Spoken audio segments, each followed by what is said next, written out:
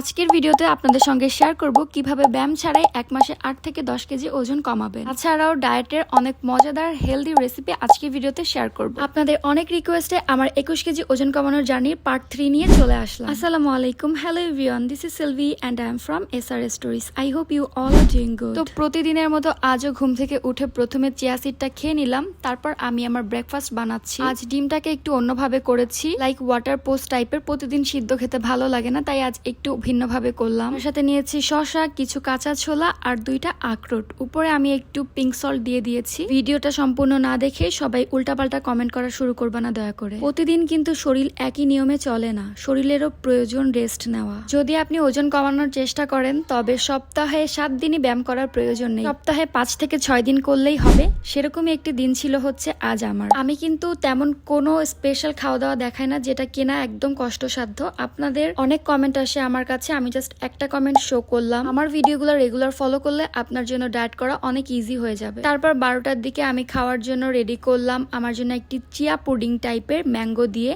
Chia seed, টক দই আর হচ্ছে আম। এখানে আপনি অ্যাপেল, আঙ্গুর যেটা ইচ্ছা নিতে পারেন। এরপর আপনারা গ্রিন টি, ব্ল্যাক কফি এগুলি খেতে পারেন। আমার আসলে এগুলি খাওয়ার অভ্যাস নেই, তাই আমি হচ্ছে এগুলি খাই না, আপনাদের সঙ্গেও দেখাই। এরপর বেশি ক্ষুধা লাগলে এরকম একটি প্লাটার রেডি করতে পারেন। এখন চলেন রাতের খাবারটা রেডি করা যায়। এটা অবশ্যই 6টা থেকে 8টার মধ্যে হতে হবে। ওটসের এই রেসিপিটা আপনারা অনেকেই চেয়েছেন, তাই হচ্ছে শেয়ার করছি।